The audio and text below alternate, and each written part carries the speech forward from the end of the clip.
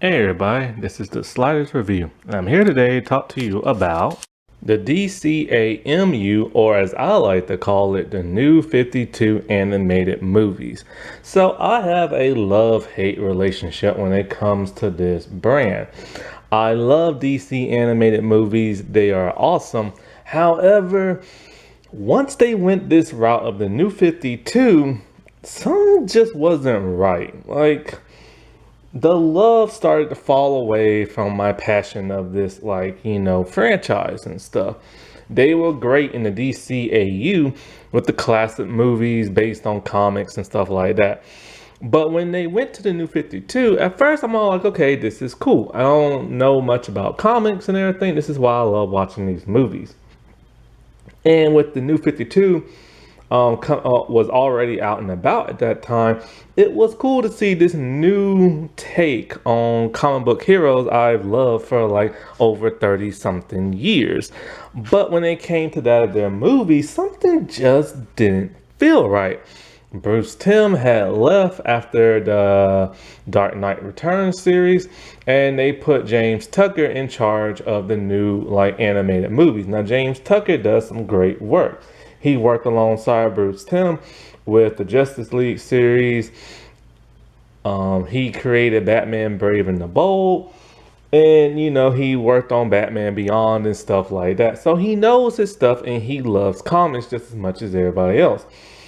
However, one thing I know about James Tucker is that he loves the classic comics. So it was kind of weird that, he would be in charge of the New 52 stuff. Now, this started all in 2013, and the New 52 was based off of the Justice League War. I think that's what it was called, the comic or whatever, from Jeff Jones and everything. Basically, Jeff Jones always getting his way. And so he loves basing things on his comics and his comics alone. And that's where the DCAMU came from and stuff. And, if it's not broke, don't fix it. And the DCAU movies were not broken. So I don't know why they decided to fix it. But I understand they wanted to bring in new life and, stuff like that from this new brand of comics. However, the New 52 comics didn't do so well. They started to at first, but then it started to go the way of Marvel's Ultimates and stuff. And it was so bad that they had to reboot the comic books yet again. And they decided to reboot the DCAMU into that of the Tomorrowverse. And I cannot stand the Tomorrowverse. I just made a video on that. But when it comes to the New 52 movies, I have a love-hate relationship. Some are really good, some are really bad, some are very lackluster. Even the ones that are really good, they don't have much of a story. They fall too heavily into action. They bumped up their vulgarity of curse words and nudity to a full extent. You don't really see nobody naked, but when it gets towards the end, it starts to get a little too much. Now in the Tomorrowverse, I forgot to mention, yes, Hal Jordan does get butt naked in the Green Lantern movie. Nobody needs to see man booty in a cartoon. Nobody needs to see this level of slight nudity in animated movies. They just went too far. They kept trying to push that envelope. They pushed it so far, it started to irk that of the fans. And it's funny because, with these movies, the first two movies were really good. But it was by the time of the third movie, things started dipped in quality for that of the fans. Even much so when they came out with the Justice League Throne of Atlantis movie, that was their real first true stinker of a movie where the money started to go down. And ever since then, the movies aren't really steady no more. They can make anywhere between 40,000 to 30,000, but then towards the end, they started making less and less. And with the Tomorrowverse, it's a mixed bag. Especially with the reviews. And, the thing about the New 52 movies is that Unlike the classic movies, they only use one type of art style. This started to irritate fans. In the classic movies, we saw a plethora of like different art styles. If you didn't like one art style, hey, whatever, you got another one for our next movie and stuff. But with this one, they stayed consistent on one style and one style only. It was tweaked here and there, a little here and there, but for the most part, it was that same style. And so after a while, people got tired of that. Why? Because they tried to make, well, why did this happen? They tried to make their own shared universe. Everybody's trying to copy off the MCU. And they just need to be their own thing. Another thing that started to piss people off is that they kept using the same exact voice cast. Now, they made their established voice cast in the first movie, well, the second movie, but then they started recasting certain roles. The role of Superman, the role of Wonder Woman got recast. And, and so this started to irritate a lot of fans because they got tired of hearing the same people over and over, especially when them same people voices started to get kind of irritating. At first, everybody loved this new version of Batman, but then after a while, even the actor's voice started to get on people's nerves. And, and when that happens, it makes you not really want to watch any new installment. And just like with every typical DC project, they focus mainly on the three big groups: Batman, Superman, and the Justice League.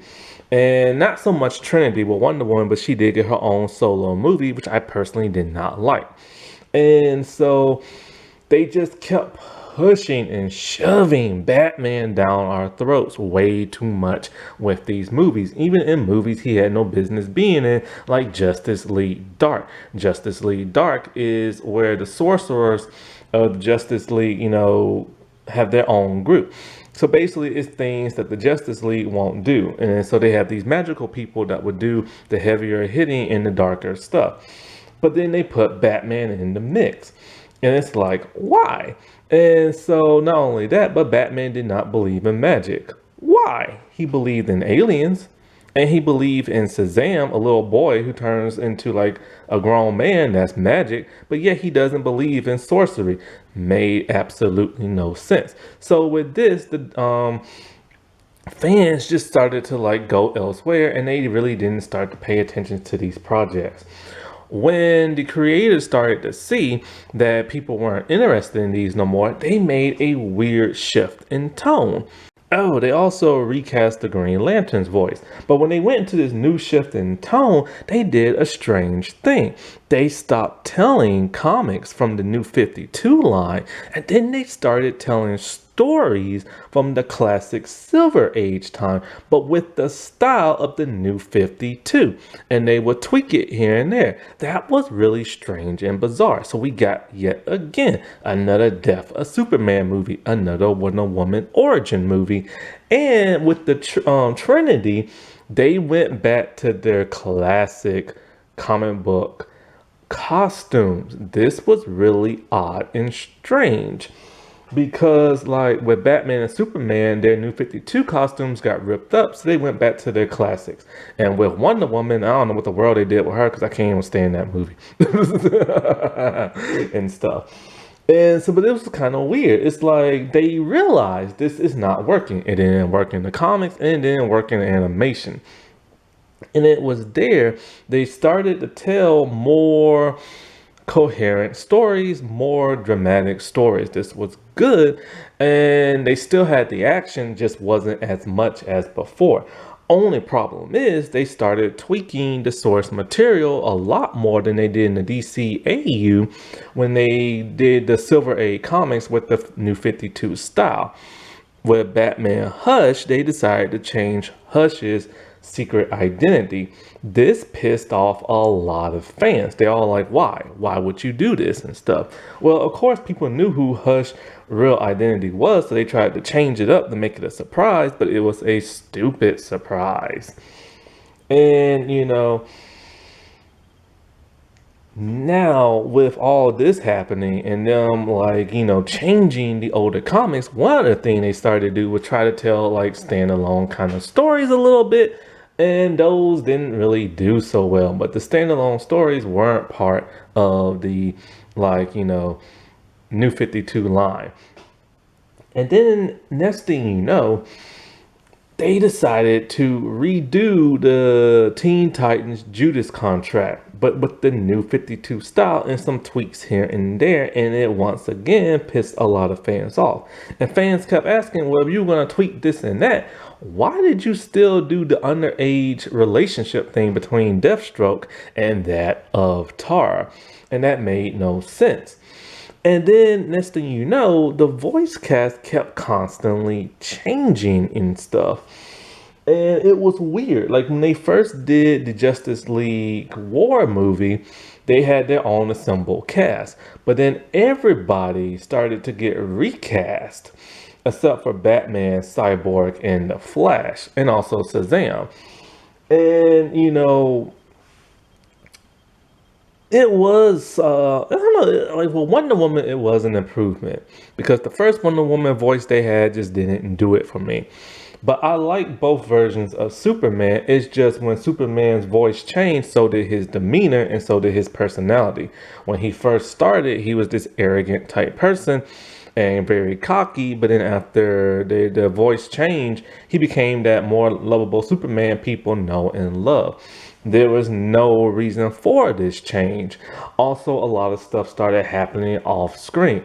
They started to build up this romance between Wonder Woman and Superman, but then once they got towards the end of their run, they decided to have those two break up off screen, and then he gets with Lois like he does in the Silver Age comics. This confused a lot of fans. It's like, why were they going back and everything from something they wanted to get away from? And then it was just strange. And then not only that, but we got to see the formation of the Justice League in the second movie, but then newer members started popping up halfway into their movie run, and it was kind of like, when did they get recruited and everything? You brought in like John Stewart, you brought in the Martian Manhunter, but we never got to see it. And so it really didn't feel as earned as it did in Justice League War. We knew nothing about these new versions, and when they brought them in, we still don't know nothing about these new versions and stuff. And probably the worst thing they ever did in these movies was bring in Damian Wayne. Nothing against the voice actor. The voice actor did a really good job. It's just they wrote him so unbearable. He was annoying, he was cocky, he was arrogant, and in every movie he was in, he saved the freaking day. There is no way, I get it, like, Ra's al Ghul trained him, Batman also trained him when he took over, but there's no way that this little punk can beat up Batman. He didn't even really beat up Nightwing at first. Nightwing whooped him, but then later on, he started whooping on Nightwing. He could beat up all the Teen Titans. He could beat up all the Justice League, including Superman. He literally took out everybody. He even took out Ra's al Ghul. He took out Deathstroke. It's kind of like, how? This dude is so tiny. Yeah, he's really like skilled and everything, but there's just no freaking way. And so fans really started to hate this shift in tone, and they started to hate that of Damian Wayne. There was nothing really redeeming about him. Oh, he even took out the count of owls and everything, and talent. And, it was just kind of like, this dude is too powerful just to be a regular rinky-dink human and stuff. And I just don't get why they made him the way they did. It's like, yeah, we see Batman always takes out everybody, but Batman's been training for like 40 years and is a grown man. This is just like a 9-year-old boy who's been training since he was like a toddler and everything. And I get it, and he's very skilled, but there's just no way he can be able to take out these people. Then another thing people started to hate about these movies is the main godlike bad guy. They were so generic. They would set up a movie where, the minions would do everything in the whole movie. A group of superheroes had to try to stop them and everything. And then, like, here comes the big bad godlike demon who's like 100 feet tall.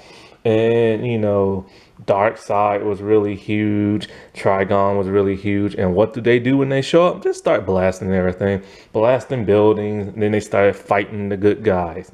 And it was like a huge drawn out battle, a great battle, but it was just too drawn out. And then, of course, they're defeated and stuff. And it took away from the love that people knew from these characters from that of the animated series and stuff, because they were done so much better there.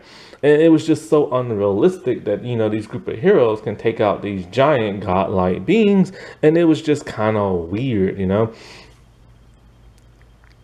then, of course, when they realized they started failing, people didn't like the New 52. They didn't like the Silver Age drawn in the New 52 style. They decided, all right, we have to get rid of this. So they rebooted it yet again with that of Justice League Dark Apocalypse. And so, like, that wasn't even really a Justice League movie. It was a Justice League Dark movie. But the Justice League and Superman took over for the most part. Basically, Superman being stupid is all like we had to take the fight to Darkseid, because Darkseid was responsible for creating that of Doomsday and also bringing in, like, Cyborg Superman, and because he just wanted to take Superman out the picture. And he's been trying his best to, like, retake Earth or conquer Earth. So Superman, along with the Justice League Dark, Teen Titans, and I think that's it, decided, you know what, we're going to take the fight to him. Well, it was a disaster. And when the Earth was pretty much couldn't sustain itself, they needed Flash to create another Flashpoint. And then we got to the Tomorrowverse, and you already know how I feel about that. But like I said before, there are some good movies and there are some bad movies in this mix. And even the good movies have their flaws in them. So they had a number of movies. Oh, and they even had 2 short films. The short films were, it's weird, because with the classic movies, they had tons of short films and they was really good. But with this, they had like a 45-second one with Nightwing and Robin just beating up bad guys. They didn't even say nothing. They just beating people up for 45 seconds. And James Tucker said he did that because he wanted to bring back the short films. But of course, the network would not let him. So he just did this short 45-second thing. And it's cool, but there's nothing to it. There's no substance. They're just beating up on bad guys and stuff. Then the next one came after the Apocalypse War movie, where I've already reviewed that one. Is the one with Constantine, drawn, I guess, in his new, like, Tomorrowverse style, and the repercussions of him creating another Flashpoint and stuff. And that was it. And so, I think they have like one short film in the Tomorrowverse. But let's start where all this started, the Justice League Paradox movie. At least I think that's what it's called. Yeah, no, it's Justice League, the Flashpoint Paradox. Justice League, the Flashpoint Paradox. This is the one that started it all in 2013. And it's based off of the the Flashpoint comic and everything. And, this is the problem I'm having with DC Warner Brothers, is that, like, they're too afraid to step away from Batman, Superman, and the Justice League. They always have to infuse their title or their name in there somehow. This is a Flash-centered movie, and the Justice League do appear, but it's mostly a Flash movie. But they added the name Justice League to it, thinking, oh, well, we call it the Flash, ain't nobody gonna go and see it. See, this is a problem they had because of things like Green Lantern, Jonah Hex, and Steel from back in the day. 3 non-Batman Superman movies that flopped hard. And so, like, I hate when they do this crap. They did it back with the classic movies as well, when they wanted a Supergirl movie, so they just added, they did the whole Batman, Superman, like Public Enemy, whatever it's called, type thing, and they added Supergirl to it.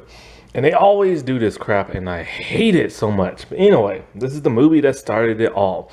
It is the only movie within the dcamu that have its own art style. But the style is very similar to what we would know and come to either like or dislike. I like it personally, the new 52 style. I love the art style, but this is what we'll come to know. It was tweaked from this version. This version, every person looks like they're jacked on steroids and everything. Like they look like they have muscle upon muscle upon muscle and everything. It also has this foggy gaze type look, and it has this very anime-ish type feel to it, especially that in the faces. The faces are very elongated, the noses are very elongated, the eyes are very big. It has this certain type of anime style to it. Personally, I do not like their faces. I hate their faces so much and everything. They just look weird and stuff to me. I just can't get into them. But it starts off in the normal reality and everything. The one we all know and love. Kevin Conroy, may he rest in peace, comes to voice Bruce Wayne Batman. Tim Daly's son voices Superman in this, and Superman is jacked.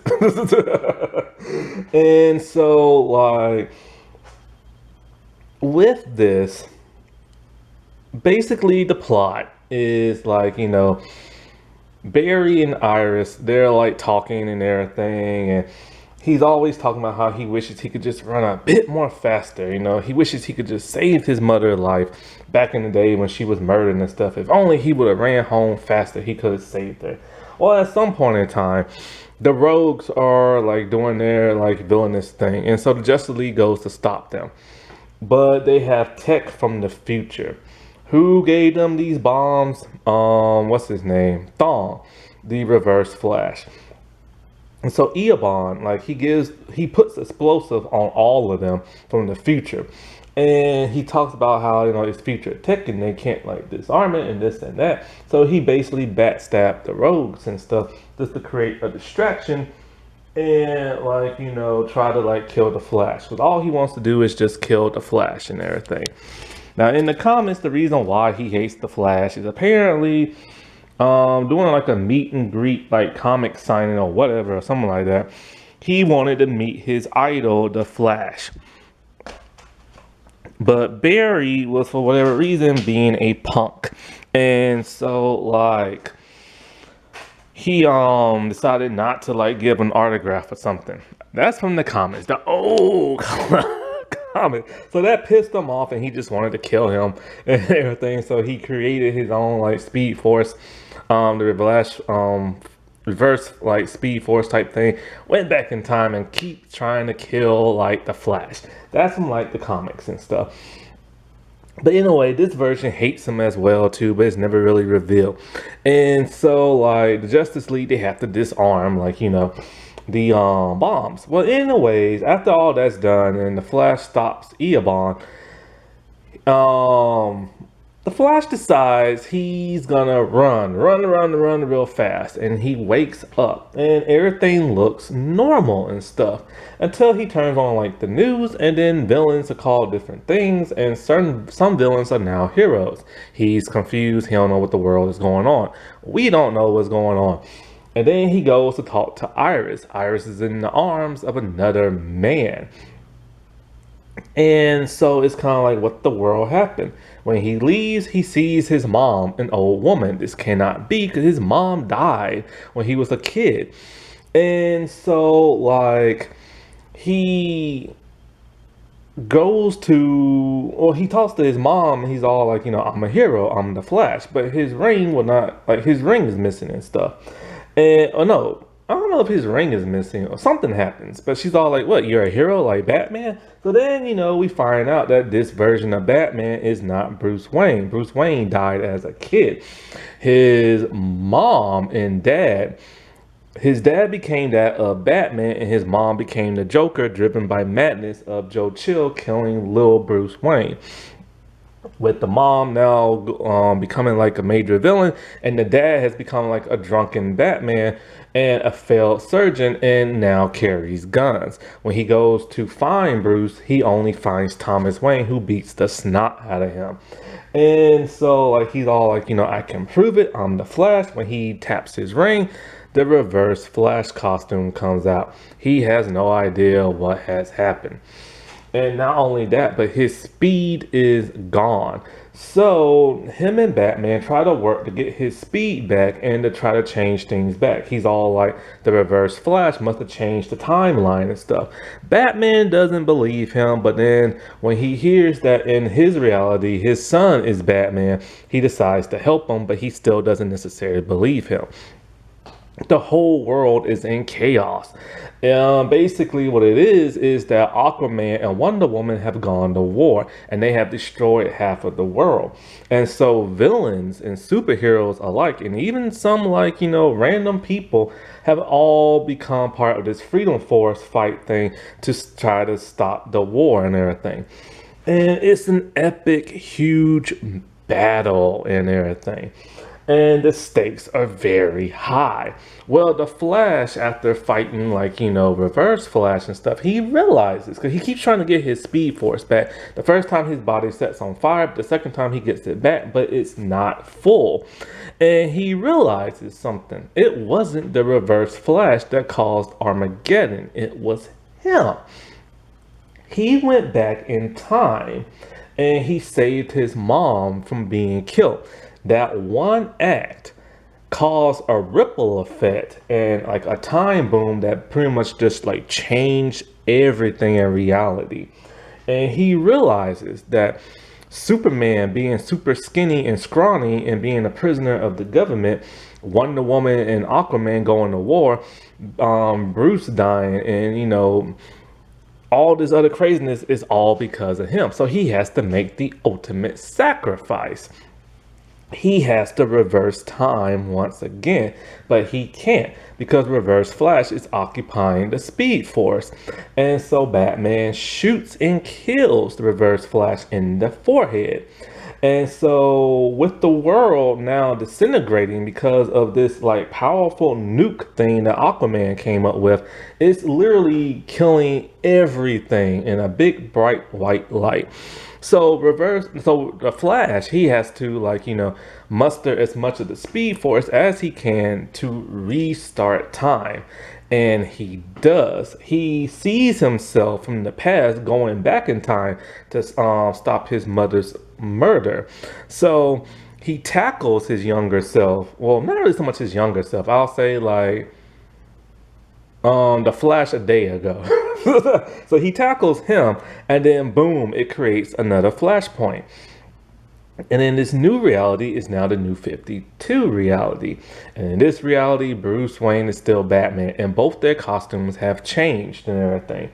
Only the Flash remembers everything from the old timeline, the one he created, and now this new one. And he gives Bruce a letter written by his father. Batman's in tears, and then the Flash just like runs off. Now the comic is slightly different. In the comics, the other speedsters have to give their Speed Force to Flash, and then they think he talks to Metron, I think, and has to bargain a deal to create the new 52. I like the animated one better and stuff. It's just more streamlined and it's more cool and everything. My only problem with this movie is one, the art style is a little off. Like they're just too big and their faces look too tiny and weird. Not only that, but I would have appreciated if they used 3 different art styles. See, you have the original timeline, and then you have the Flashpoint one, and then you have the new 52. Each timeline should have had their own unique art style instead of their own unique costumes. So I would have appreciated that. But they was off to a great start with this movie, and I thought great things were ahead. And we even get a post-end credit scene and stuff. And that's one other thing about, I forgot to mention about the new 52 movies.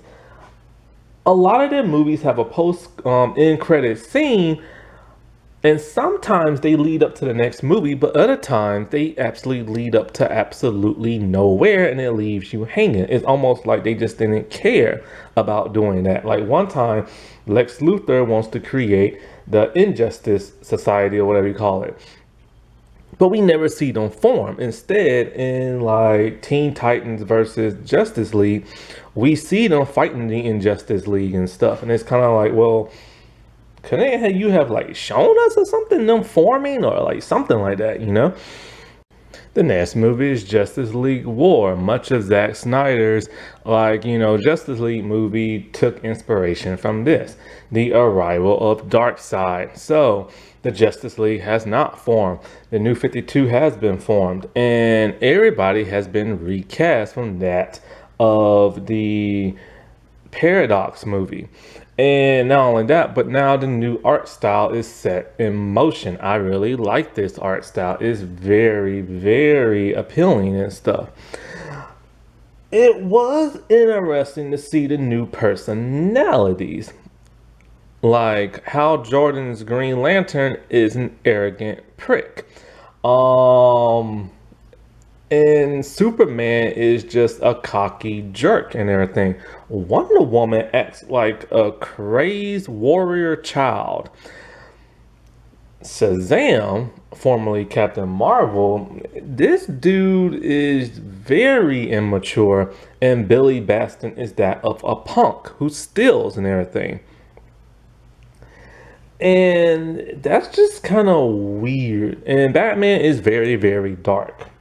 And not only is he very, very, very dark, but like, I don't know, all they do is bicker throughout the entire movie. This is very similar to that, the comics where they just can't get along with each other. Now, they substituted Shazam for Aquaman and everything, but Aquaman will get laid on his own movie that really sucked. And so, like, basically a lot of strange stuff is happening. People don't like superheroes and they don't like all these individual heroes and stuff. And next thing you know, all these strange alien things are starting to happen, which is causing the heroes to like investigate, meeting up with each other for the first time. Batman and Green Lantern cannot get along with each other. And so next thing you know, these the paladins, they are putting mother boxes everywhere, and next thing you know, like if they get like cornered, they will kill themselves. Well, all this investigation leads all the heroes to meet each other, and of course they all can't get along. And so Superman, as soon as he sees Batman and Green Lantern, he just attacks them at will because they're holding a mother box. This Superman is nothing like the one we know and love from the classic comics. But I didn't really care because I was kind of like invested in this new style. Like, all right, whatever, this is a new universe. So let's see what they got and everything, you know? So basically, as they all come together, all the mother boxes activate. Cyborg is later created and everything because one of the mother boxes exploded near him and his father had to save his life. And so he merged that. So that technology merged with nanotechnology and everything. And so Cyborg is kind of like half mother box. And this Cyborg is a college student. The Flash, what's really weird and confused me is that he's completely voiced different from the dude from the Flashpoint movie. I thought for sure that dude would come over for this movie. And not only that, but his personality is totally different.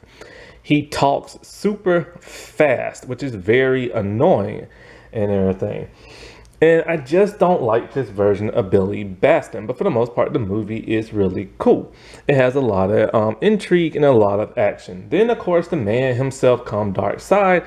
And he's literally 100 feet tall. And he just starts blasting everything. So the Justice League fight him for a very, very, very long extended action scene. It's a little too drawn out, but the action is very nice. They defeat him in the end by sending him back to Apocalypse. Superman's able to get the good final blow because he had captured Superman and tried to turn him at one point. And so it's really interesting because like Batman, like always, figures out people's identities and stuff like that. He figured out Superman's identity.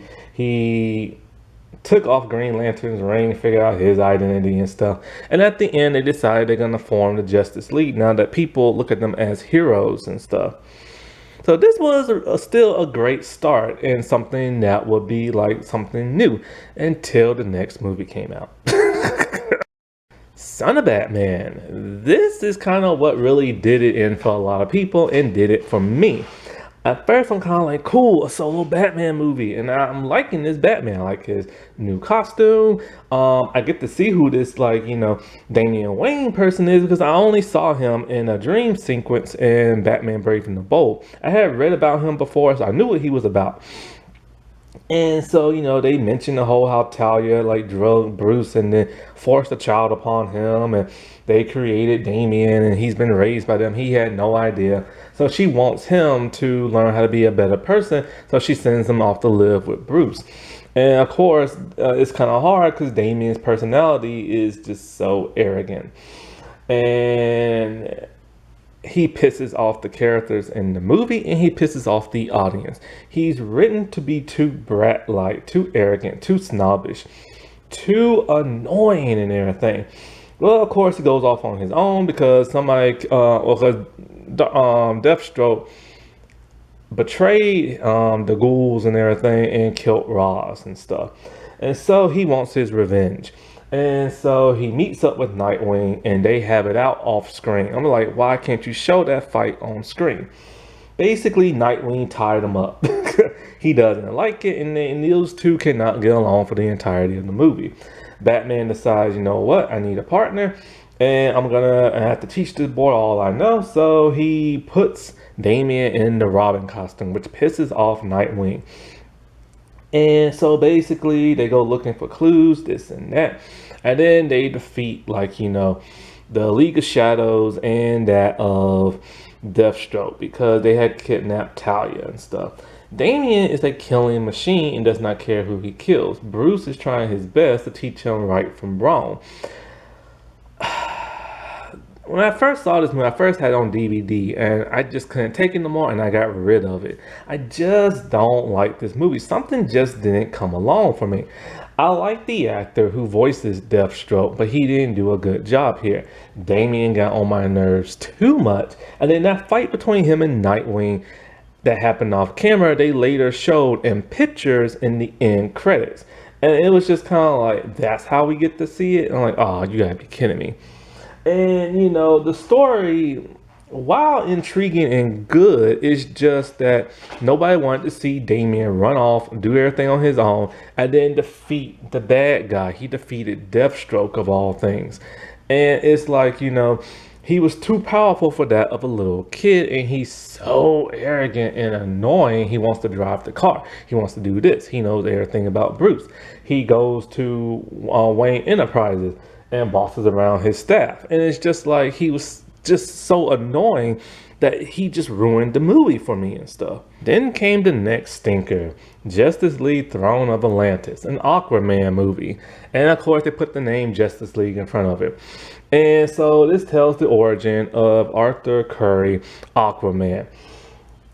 It's a very lackluster movie. The League does appear and we get to see Scarecrow, but now Green Lantern has been recast to that of another person. Also, Superman and Wonder Woman have been recast. Wonder Woman and Superman start their romance and everything's just kind of like boring. And with the new cast, their personalities have changed. Now, once again, Nathan Fillion has voiced Green Lantern, so he brings his charming quirkiness to it, and it doesn't seem the same way as it did in Justice League War. Because of the personality shift, these don't even feel like the same characters. Well, basically, Ocean Master acts just like Loki, and Batman solves today in a very dumb way possible. Basically, Cyborg recorded the conversation that they all had with that of Ocean Master and talking about how he killed the queen and all this other crap. And so he replays it for the soldiers, and the soldiers just take it as like word value, face value. And it's like, well, the video could have been manipulated. Why did they believe him? So they turn on him, and that's just the end. And it's just like they do that typical thing where they're all like, oh, I don't want to be called Aquaman, but the people on the internet are calling me that, so I'll be called that. And I hate when they do that. After this, Aquaman really doesn't show up no more. He'll show up and probably say, the death of Superman. And I think he has one thing to say, and then he shows up in like, he pops in and out of the last movie just to, get the crap beat out of him. And it's just like, it wasn't worth it. The next movie is Batman versus Robin. And this surprised the crap out of me because it's kind of like we just had a solo Batman movie not too long ago and now they're doing it again. However, this solo Batman movie is so much better than Son of Batman. Damian is still here and he's still as worse as possible, but the story is a whole lot better. Also, they introduced the Court of Owls, an account. The Court of Owls and the Talons and stuff. I never knew nothing about these people because, I've never seen them appear in any type of animated series. And so it was really cool to see them appear here. Also, Weird Al, he voices somebody. I think it's the doll maker or something like that. And he does a very creepy take on it. So basically what it is that Robin is still his arrogant prick of a self. When the doll maker ends up getting killed, Batman assumes it's him and does not believe him, but it's actually Talon and everything. And so the Court of Owls, they are the ones responsible for Bruce's parents dying. They're a secret organization of people who have their fingers in everything that is Gotham, especially the finances and stuff. And so throughout this entire movie, Robin and Batman are constantly butting heads because Batman just will not believe him and Batman keeps telling him justice and not murder and stuff like that. Well, it gets to the point where Talon is trying to brainwash Robin, bring him over into his fold, want him to be his apprentice and stuff. He even gives him like a weapon and stuff. And so basically Bruce is later kidnapped and everything, and they're trying to brainwash him and whatnot and stuff like that, and this torturous type stuff. And so at some point Batman and Robin literally goes to blows, and it's Batman literally fighting his son, and of course his son is getting the upper hand because he can just the most powerful person in the entire universe apparently. But Batman does get the upper hand until he's able to get the upper hand on Batman again. And it's even to the point where you think he's gonna kill Batman and stuff. Well, after a while, Robin starts to see that the Court of Owls aren't the people that he wants to be associated with. Talon ends up killing the court and everything, and he with the rest of the Talons are trying to take over and everything. He wants Robin to be by his side, but he doesn't want to. When Robin finds out that Bruce Wayne is on the menu and everything, he decides he's gonna break away from the Talons. It's a huge, huge, huge epic fight in the Batcave between Nightwing, Batman, and Alfred with a shotgun. And Robin shows up to help save the day like always and stuff. After that, Robin's all he doesn't know his place in the world. He's all your way, father, just isn't for me. And he was raised by the League of Assassins. And apparently the court isn't his way either, so he just doesn't know where he's belong. So Batman tells him, there's a place I want to send you so maybe you can find peace in everything and find a balance in life. So he sends him to a place that Bruce trained at with a bunch of monks and everything. And that's where Damian goes. The action was top notch with this animated movie. The stakes were extremely high. It was very bloody and gruesome and stuff. And the story was so much better polished than that of Son of Batman. Yeah, Damian was still annoying, but it was a whole lot better. The next movie, if you think it's a Superman solo movie, you are wrong. It's another Batman movie. I'm just what the world, man? They just had a Batman movie. They literally had three, and they only had like a gap in between one. So what is the deal? But this one is called Batman Bad Blood. Just like with Batman versus Robin, it is a great movie. It is highly action packed. The story is so much more polished than that of Son of Batman. And what's cool about this, it introduces the new Bat family. It introduces Batwoman, Batwing, and of course we get Batman, Robin, and Nightwing. Sadly, there is no Batgirl, but she makes a cameo towards the end of the movie and stuff. And so with this movie, Talia is back, and she's back better than ever, which is weird because she was nice in Son of Batman, but now something has happened and she's just turned evil. And so she wants to take over some of the most powerful people in the world at this like G7 summit thing that's in Gotham or something like that. So she sends out like she organizes a group of like rogue Batman villains, the D-list people, and makes them very interesting. And they're led by the Heretic, a big muscle-bound steroid-looking dude with a Batman mask. And so basically, Batwoman is fighting them, and Batman shows up to save the day, and he doesn't want Batwoman around. Next thing you know, there's like something happens, like an explosion, and they assume Batman is dead. So, you know, Robin finds this out, like Damian, when he's at the monks and everything. So he heads back to Gotham. Nightwing finds this out as well, and he decides that Gotham needs a Batman, so he's going to do what he never wanted to do.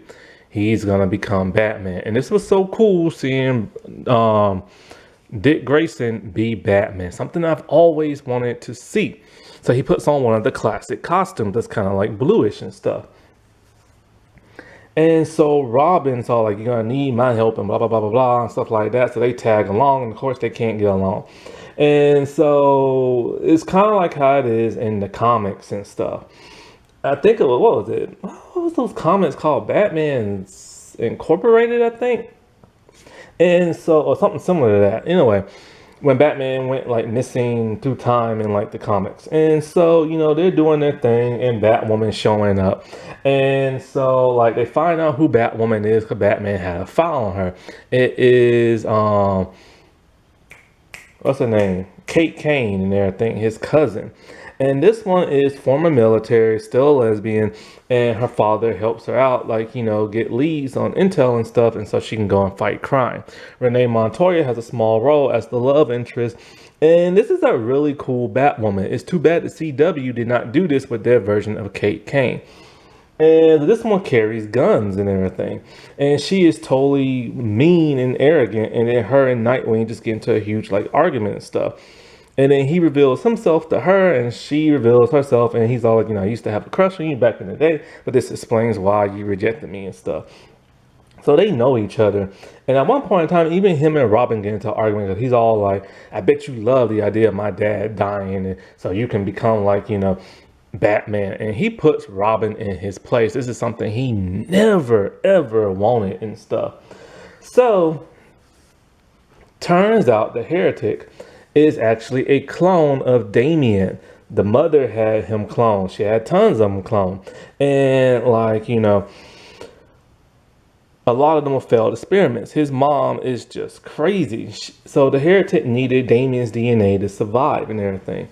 And so she ends up killing the Heretic, and like, she doesn't even care if her own son dies because she'll just clone another. Well, they find Bruce, and it's so cool. They had to fight like non-assassins and everything with assault rifles. And so they bust their way through. They save Bruce, who's actually alive. And so everything's normal until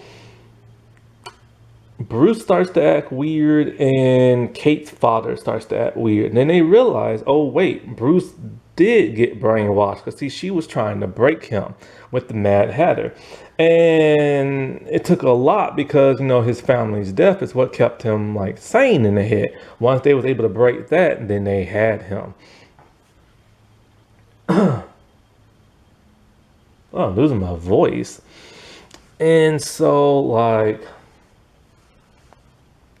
man, I'm really losing my voice. Oh, I'm gonna have to wrap. I can't even do my other video I wanted to do. I'm gonna have to wrap this up very soon. So anyway, it's a huge battle and everything. They have to fight Bruce as Batman. They have to fight Talia and everything, and they have to fight the League of Assassins. And of course, they win. And the Bat family all form together towards the end. Oh yeah, I said Batwing is there. Lucius Fox, son and everything. Luke Fox. And they just all form the Bat family, and then Batgirl shows up in the cameo. The next movie is Justice League versus Teen Titans. I really enjoyed this movie. Like at first I thought I was gonna hate it because like it had Damian in there and like they changed a couple of stuff around and this and that. But I actually really enjoyed this movie. I couldn't believe how much I enjoyed this movie. The only problem is it's called Justice League versus Teen Titans, so you assume they will constantly be like for whatever reason at each other's throat, but it's not really like that. For whatever dumb, stupid reason, they threw the Justice League in there, thinking that nobody will watch a Teen Titan movie by themselves, but people love the Teen Titans. It was an animated show that is beloved still to this day. When Young Justice came out, the first thing people did was hop on the internet and said, we want Teen Titans back and everything. So basically what it is just that, what is the Injustice Society that's been formed out of like nowhere takes on like the Justice League and stuff. And so Robin is there along with Batman. And Robin's being his annoyed, little prickly little self that he doesn't want to do crowd control and all this other crap. And so when things start to get a little bit more crazy, I think with Toyman or something like that, one of them, I think Toyman gets like possessed by like a demon or whatever.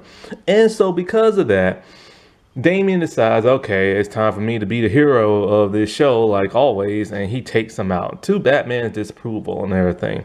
I think what it is, he launched like the Batwing into like whatever it was and something like that. And so after that, they realize, oh look, this is like a little demon thing or something like that. And so Batman has decided, he just can't handle Damien. It's time for him to like be around people his own age and hopefully they can like corral him and stuff. So he contacts Nightwing and Nightwing sends him on over to Teen Titans Tower or Titans Tower.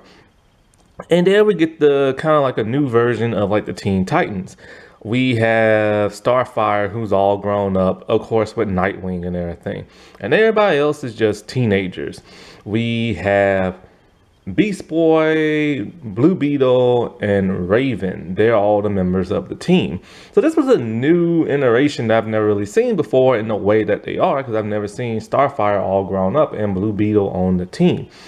And so this, of course, who Nightwing was talking to and son of Batman when he was flirting with somebody on the webcam and it looked like she was about to get naked or something like that. It was Starfire. And so I really like this version of the team. Raven is pretty cool, Beast Boy is pretty cool, and Blue Beetle is really kind of like an afterthought. He doesn't really have much. It just like his Scarab Beetle just goes crazy and everything. And so basically the entire plot of this movie is Trigon wants to come back in the land of the living. While there, Robin can't get along with nobody. And I mean, he can't get along with like nobody. And I think he challenges like Blue Beetle to like a fight and the Scarab goes nuts and pretty much just incinerates half his face off and Raven heals him. And when she does that, she's able to see in his mind, he's able to see in hers. Basically, in this version, Robin and Raven grow a bond where they like each other. And while in this movie, Damien tries to learn how to be like a teenager. Starfire takes them all to like the fair or something like that, and he's eating cotton candy for the first time. There's like awkward humor with him because he's not used to being around people his age, but it's actually kind of funny. And him and Beast Boy have the coolest thing ever. They have a dance off on one of those little dance machines, and like the coolest like K-pop song comes on and stuff. And it's just like really cool. But of course, because Damien, when he first loses the Beast Boy, he's all like, all right, I have now mastered this. And then of course he beats Beast Boy and all this other crap. Well, basically, Raven's family, comes out and they want her to release Trigon. So we get kind of like somewhat like an origin story when it comes to like Raven and the whole Trigon thing, similar to what we saw on the Titans live action show. And just done a whole lot better, kind of. And so with the whole Justice League, their thing is we have Superman and Wonder Woman now starting a relationship. Wonder Woman and Superman are voiced by two new people, so their personalities have completely changed with the new casting and stuff. Green Lantern is nowhere to be found. Shazam, I don't think, is nowhere to be found. And Cyborg is still here. But Cyborg has been tasked with, like, helping the Justice League, but then he later hangs out with the Teen Titans when Trigon's, like, family, demon people, take over the Justice League. And then so Batman incapacitates himself so he doesn't get taken over. And what is it? Like, Blue Beetle Scarab, like, disinfects Cyborg so he comes normal. So Cyborg is finally getting to hang with the Teen Titans like in the older classic comics. So basically, they have to stop like the apocalypse because Raven is like the key and everything. And that's what the Justice League figured out. Like, she is the key to Trigon. And the reason why they fight originally, before they got taken over by demons, is because they wanted to take Raven to like a safe place, but the Titans wouldn't let her. So then that's when the whole Justice League versus Titan thing happened. But then they get possessed by demons, and then they have to like stop Trigon and all this other stuff. He gets free to do basically the same thing Darkseid did, just walk around town and blast and everything. So it's very genetic. I can't talk. I can't even get the word I want to say. Generic. And so basically, like always, Robin sees his grandfather in like that demon world and everything. He made like a deal with him, and then Robin kind of saves the day again. Robin takes out the entire Justice League to undemonize them and everything, and that gets on my nerves. He went to the Batcave, got some kryptonite, and took down Superman while Superman was in the sky. I hate this version of Robin so much. Basically, they saved the day, and like Cyborg is hanging still with them for a while, but he goes back to the Justice League, and Robin's now a full-time member and all this other crap. Next movie is Justice League Dark. Justice League Dark is like a subunit of the Justice League that deals with paranormal, magical, demonic type stuff. Basically, it's the Dead Man, Santana, Constantine, Etrigan. Who else? I think the House the Mystery or whatever it's called, and sometimes what's his name, Man Thing. And so like basically somebody is causing nightmares to happen to ordinary citizens where they think they see demons, and then when they think they see demons, they automatically try to kill them. Guns, cars, whatever they can do to kill them. So they start killing innocent people. And so the Justice League has to stop them. The Justice League only makes a cameo in the beginning. Batman, for whatever reason, doesn't believe this is magic related. It's weird.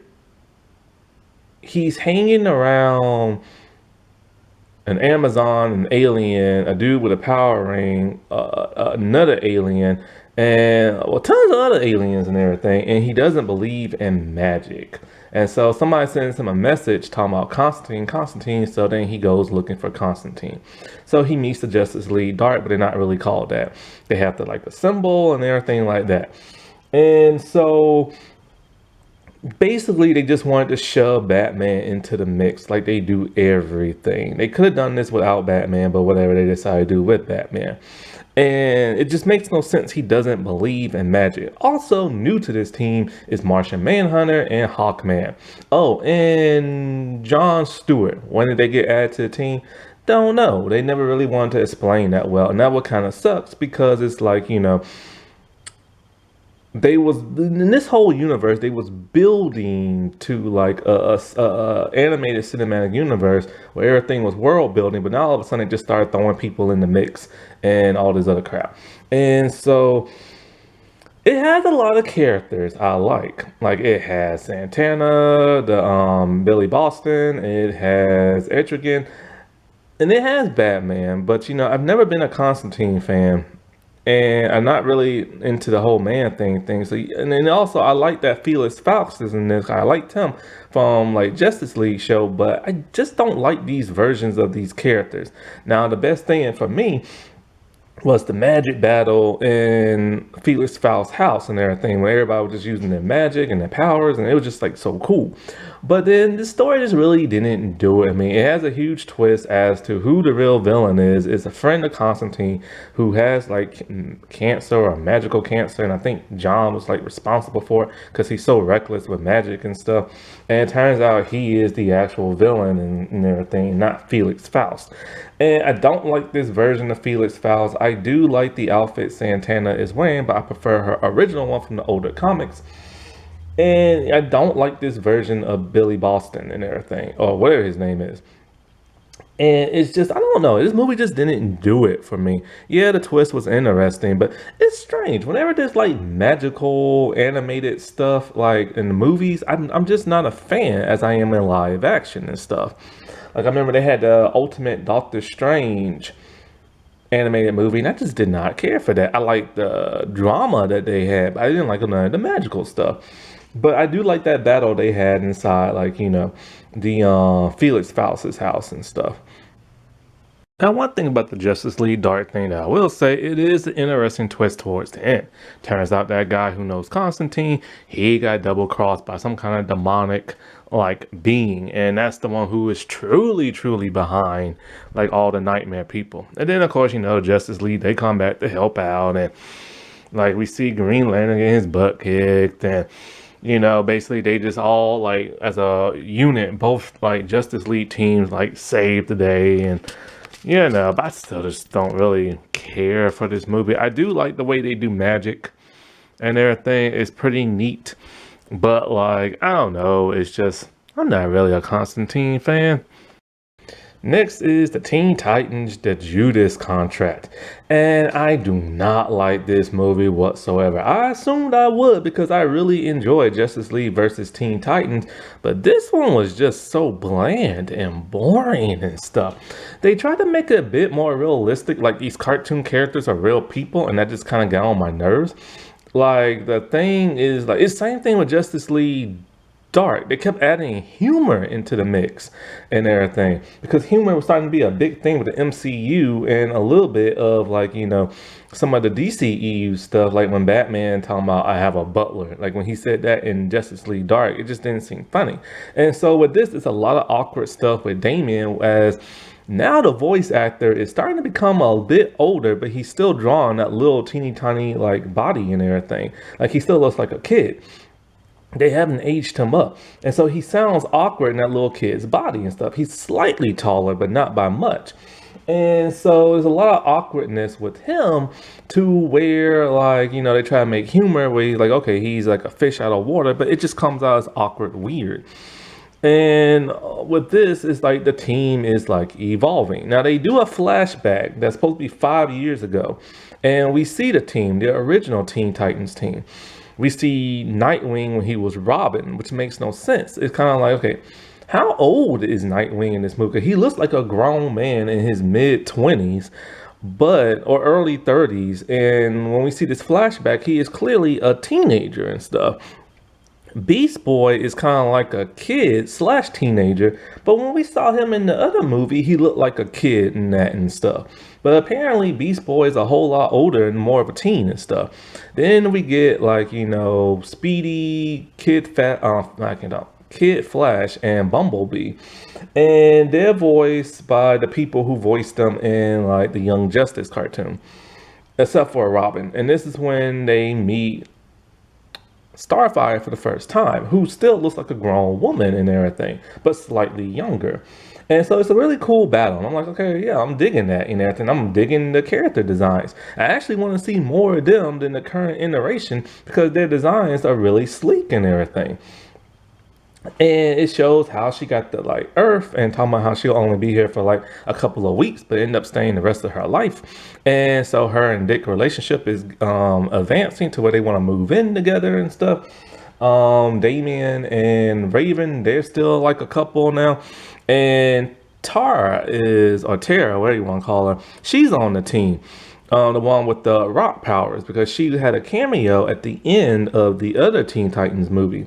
And so she's already on the team. So it's basically they're doing the whole Judas contract thing. Now, Blue Beetle is actually given a little bit more character development in terms that he misses his family and everything, something we did not know in the first one because he was just like an afterthought in the first one. But it turns out he doesn't want to be around his family because of the beetle might end up killing them and stuff. And so basically, um Brother Blood and that whole cult of his are like the main villains, but they don't seem like they're the main villains because they're barely here, and they're basically just acting slightly cult-like and slightly not.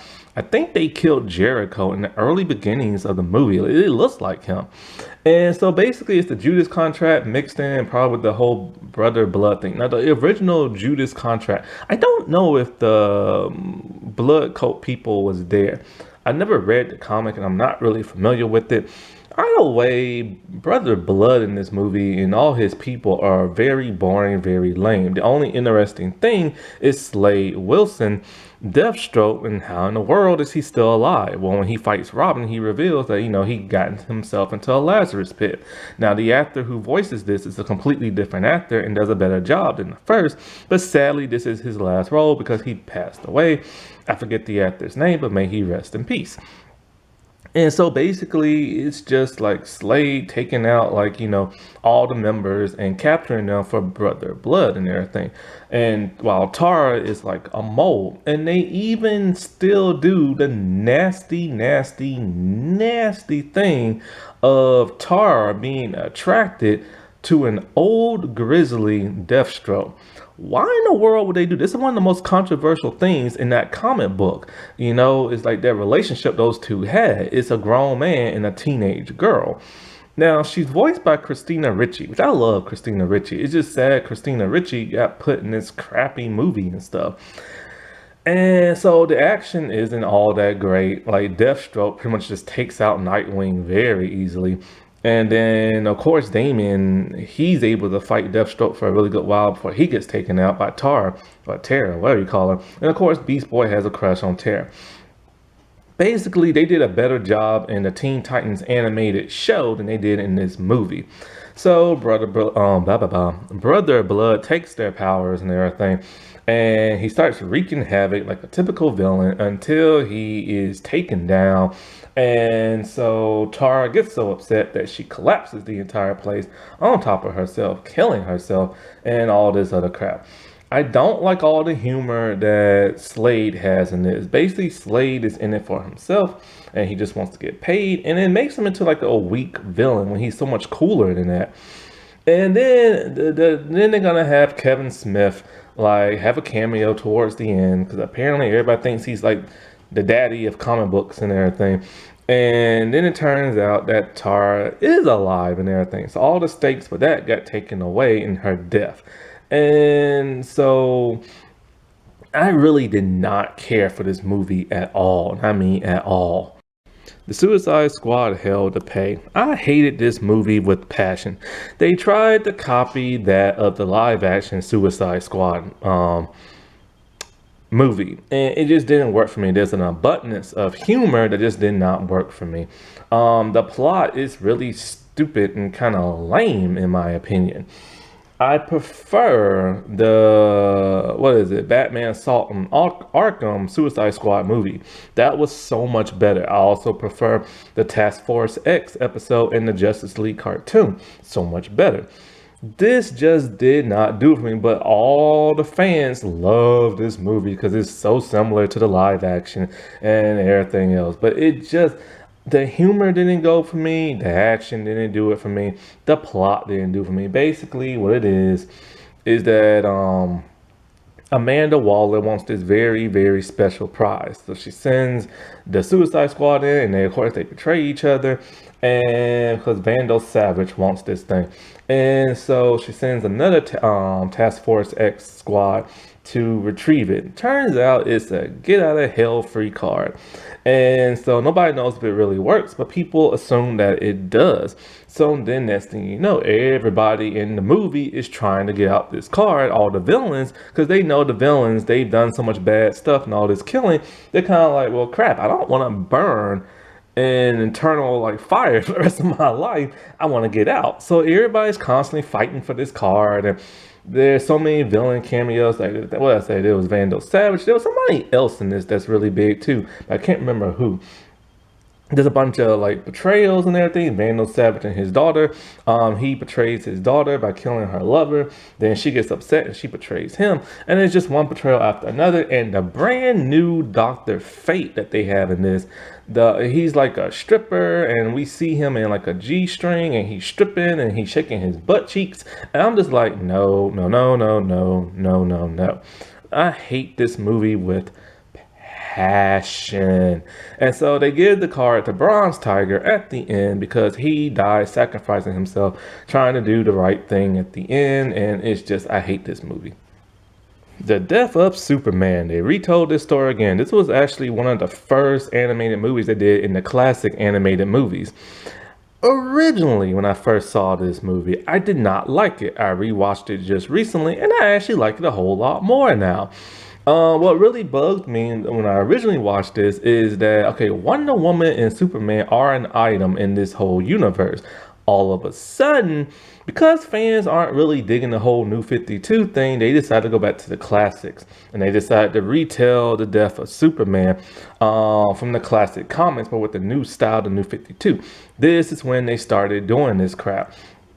And so because of that, they broke up Wonder Woman and Superman off screen, and now he's like dating Lois and everything. Lois has no idea who he really is, and he's starting to contemplate his life. He wants to settle down. He wants to settle down with Lois. He wants to tell her, but he's afraid. So throughout the entire movie, he is contemplating this and asking his friends, how do you deal with it? Like, you know, like, cause like he has like Hal Jordan, well, Hal's back now. Now they got 2 Green Lanterns on the team. That makes no sense. And so I hate when these animated shows do this crap. It's kind of like they don't want the fans to fight between Jon Stewart and Hal, so they have both on the team. And so like, he asked like, Barry, you know, how do you deal with this and everything? And he's like, well, I told my girlfriend like the first day we met and everything, because we have no secrets and stuff. And so he doesn't want to tell her because he's afraid that all of Superman's villains will straight up try to like, you know, kill her and everything. And then so there's like a rift between him and Lex in this whole thing. Lex hates Superman. But the thing is, we don't know that in this universe because they never really had no beef in this universe, because Lex was never a major player and not even a small role. He had a teeny tiny role in Justice League versus Teen Titan, but that was just in the beginning. And so it's like all this stuff's been going on off screen. Hawkman and Martian Manhunter are still here. Shazam is barely there. Aquaman finally comes back really to do nothing. And so basically it's kind of just like the comic, the Justice League, they fight Doomsday, and then next thing you know, like Superman fights Doomsday. He tells Lois, and Lois does this stupid thing where she tries to save like Superman, because Superman getting his butt kicked in this thing. And so she tries to save him by throwing pebbles at Doomsday, because she's just sad and she decided, I'm just gonna die along with him, which is just stupid. And it's like, how long have they been dating and she didn't even know he was Superman? So it's kind of just made it feel stupid to me. And so Superman, he kills Doomsday by like breaking his neck by flying into him really fast with both fists, but Doomsday ended up stabbing him in the chest, very similar to like he had a big spike, and that big spike killed Superman in the chest, similar to how it did in Batman v Superman. So then he dies, everybody mourns, Batman is like really sad. Damian has a cameo, him hugging his dad. I hate Damian. And then Lex does the funniest thing ever. Lex tried to actually fight Doomsday, but ended up getting his butt kicked. And Lex has like a broken neck and other stuff, and he goes to Superman's funeral talking about, yeah, we didn't agree on stuff, but you know what? Secretly, me and him were friends. And every night he would come to my place and we would sit on the balcony and just talk and laugh. He's like, I'm gonna miss those nights on the balcony, which is complete fabrication. And Wonder Woman gets so pissed, she just balls her fist up because she knows it's a lie. That was like the best moment in the movie. However, like I said, I have come around to this movie now. I like, how Superman is contemplating, his life in like the world with Lois, and he wants to tell Lois and everything. I just hate how so much crap was done like off screen. Constantine, City of Darkness. I'm just not a Constantine fan. I didn't like the live action show. I didn't watch him when he was in the Arrowverse. I don't like him in animated movies. However, in the last animated movie, I actually came around to him. Now, this basically just tells the origin story, something he did as a teenager with magic. He screwed things up, like always. And a little girl paid the price, and so she's basically in a demonic coma. And so his old friend, is like the father of like that girl. And so him and Constantine go on this mission to try to like rescue her. And that's as far as I got. I've tried to watch this movie twice and I just can't finish it. This is the only animated DC movie I can't finish. I just can't finish this. I just don't like Constantine.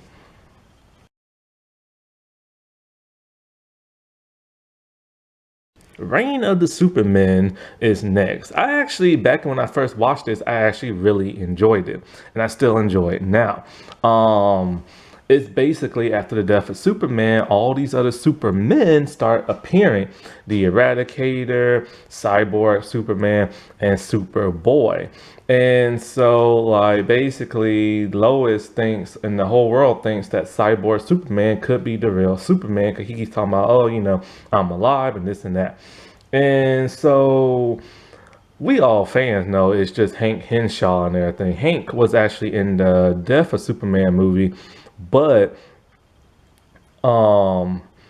it was like a small role where him and his wife are just like, oh, everything's bad, but Superman's gonna save us. He always saves us. And he thinks Superman is coming, but it's actually Doomsday, and then they all die. And so anyways, all the Supermen can't get along with each other. Superboy is a clone of like Lex and Superman. The Eradicator, which they've changed in this movie. And so also, what's his face? Hank Henshaw is still the same way, but it's actually Darkseid who reconstructed his dead body, or messed up body, I should say, and put all this cybernetics and changed his face to like look like Superman. Oh, I forgot to mention, Steel is in this. So yeah, it's like 4 different Supermen running around. And so Lois and Steel, they're working together to find out what Lex has done with this Superboy, and they find out that he cloned him and all this other stuff. And so they're constantly fighting one another, and the Justice League get transported to like somewhere, I don't know where, maybe an alien planet, or like I think it's an alien planet. So the Justice League is taken out so they don't steal like the movie and everything.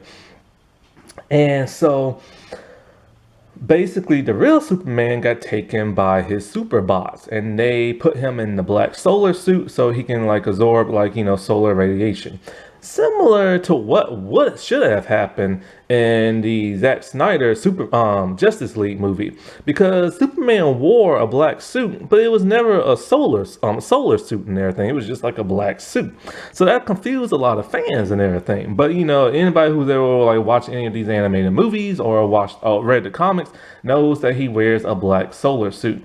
So he's back with like long hair mullet and a beard and with a bunch of laser guns, and he's ready to like save the day, because Darkseid is basically transforming humans to become these like super enforcer type people who are supposed to do his bidding, and also supposed to create that of mother boxes and stuff.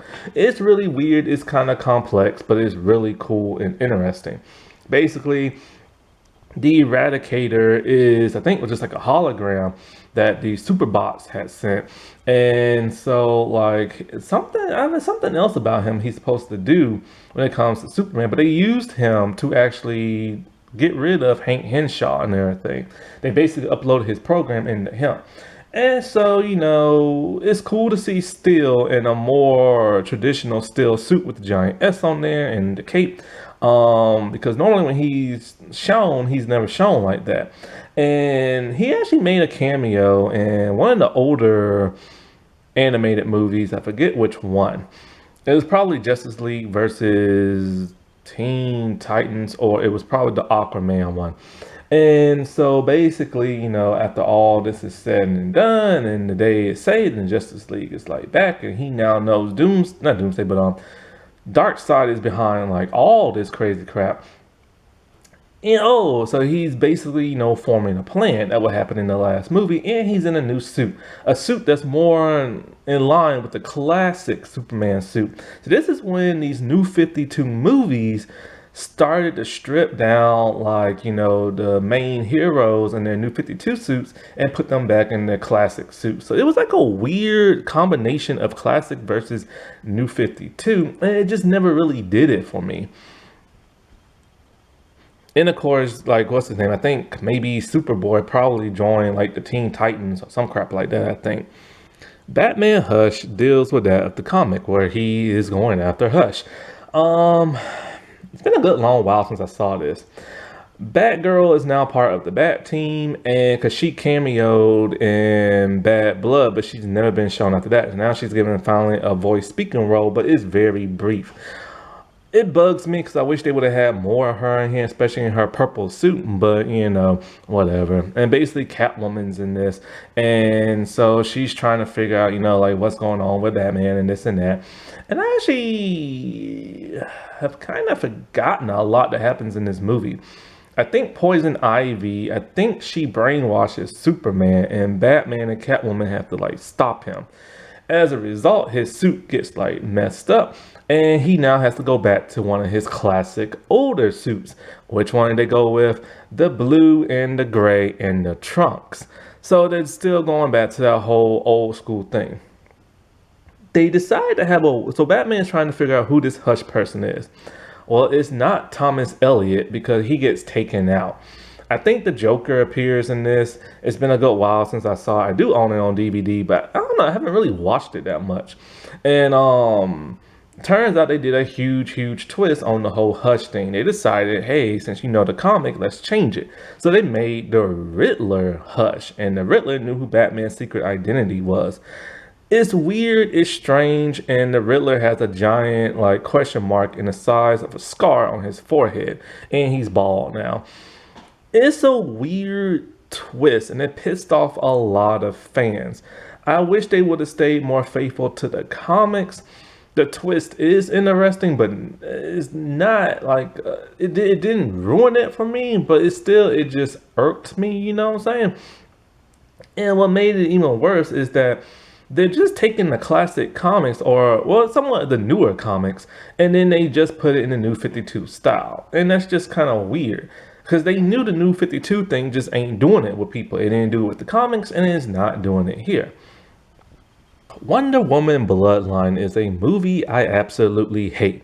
I love the first classic Wonder Woman animated movie. I hate this to death. Basically, it's a new 52 version. They mix two different comics together. And it's the origin of like the new 52 Wonder Woman in their universe. It shows how she got to the world, how she had like these foster parents or something like that, and had like this foster sister. Then the foster sister turns out to be like evil and all this other crap. I don't remember much about this movie because I've only seen it once and I will never watch it again. But basically, it just didn't do it for me like that original animated movie. Maybe because they blended two comics together. I don't know. It just didn't have that feel. It is very gruesome with like, all the killings. And that's when these movies started to get more and more into like the blood and everything, and the R. And a lot of these movies are R-rated now towards the end of like its run. And it just didn't work for me. And I think they put her in her classic costume, I think, towards the end, because once again, they're putting everybody in their classic costume, at least for Trinity they are. And it's just weird. The new 52 Wonder Woman in this universe, her personality has changed so much. From that very first movie, she acted like a kid, especially when it came to ice cream.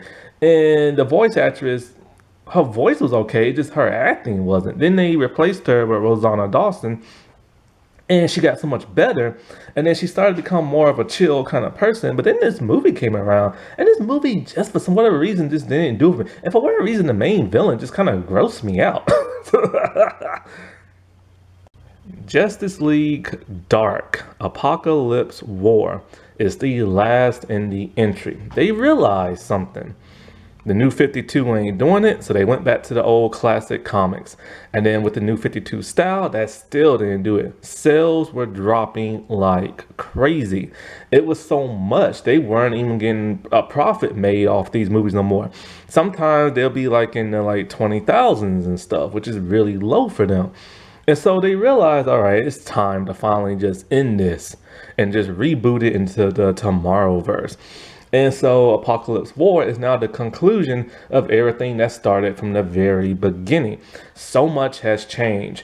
Character outfits have changed. Voice cast has slightly changed. The Flash is in this, but he doesn't talk super fast like he did in the early movies and stuff. And, you know, the heroes are still in their classic costumes, where the newer people are still, well, Trinity's still in their classic costumes, while everybody else is in their new 52.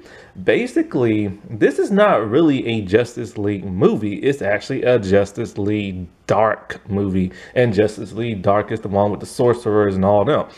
But it is a combination of everybody in here. So we get Justice League, we get Teen Titans, we get Justice League Dark, and we get the Suicide Squad. Only problem is not everybody has a voice role.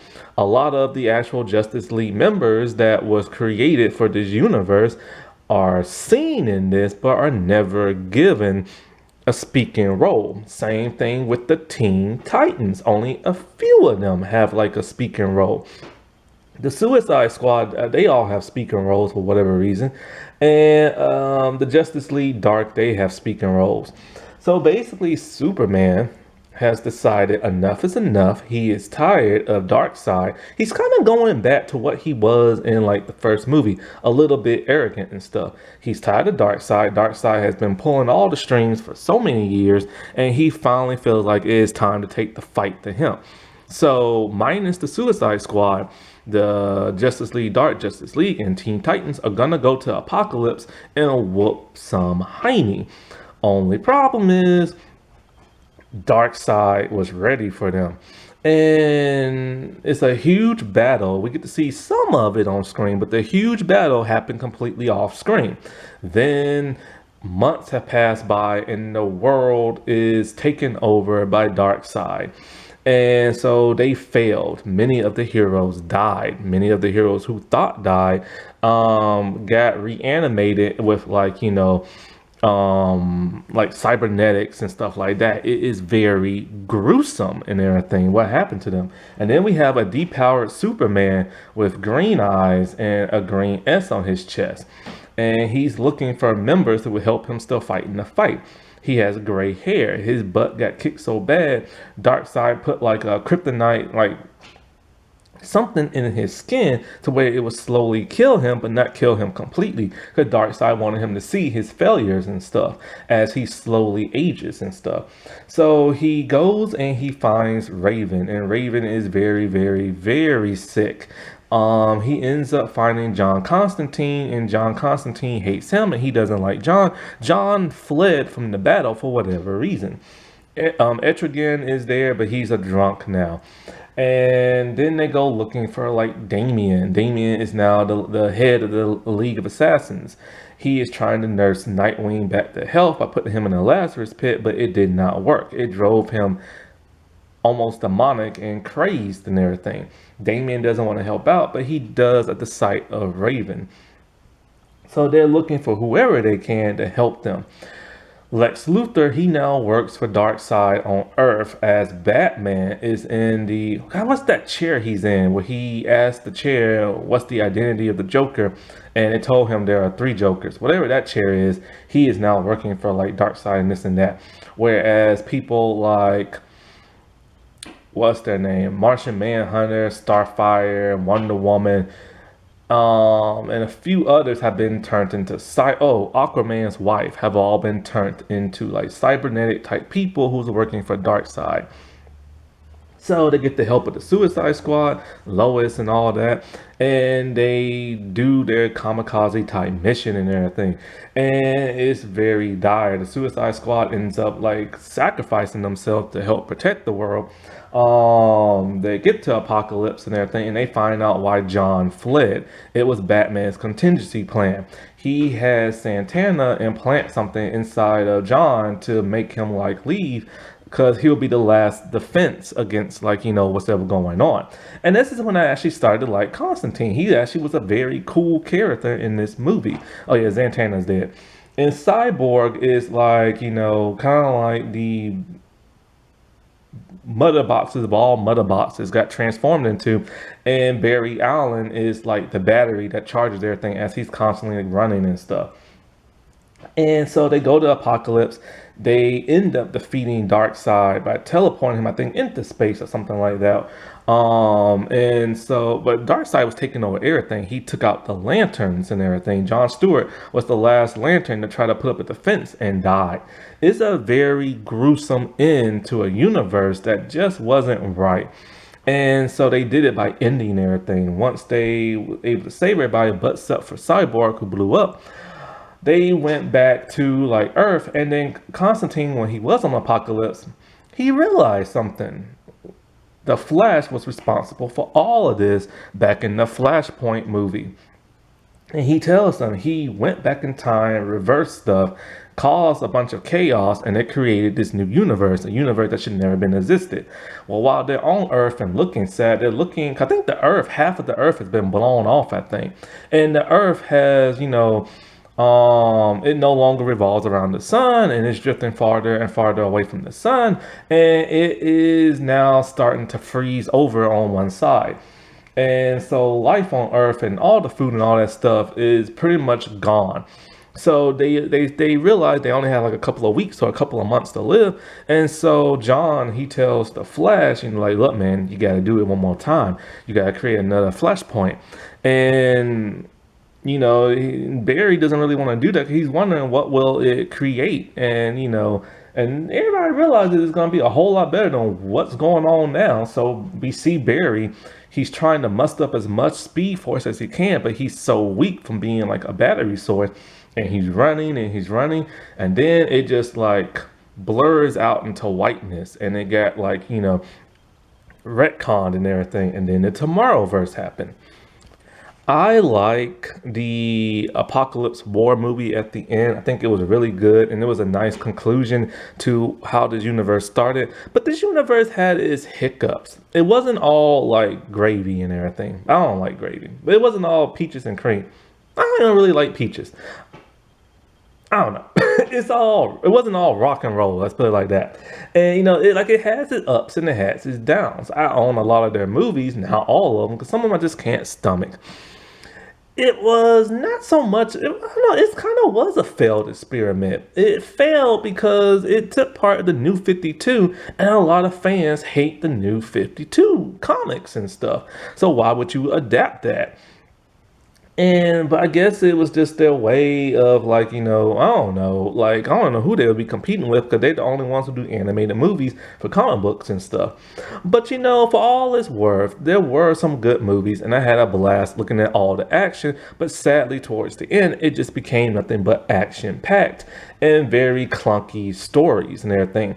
It started to get more R-rated. There was more like nudity type stuff. There was more blood and gore. There was more like profanity. And then they were trying to be cool and edgy, but it took away from the coreness of trying to tell that of a good story. Alrighty, well, I'll talk to y'all later. Bye.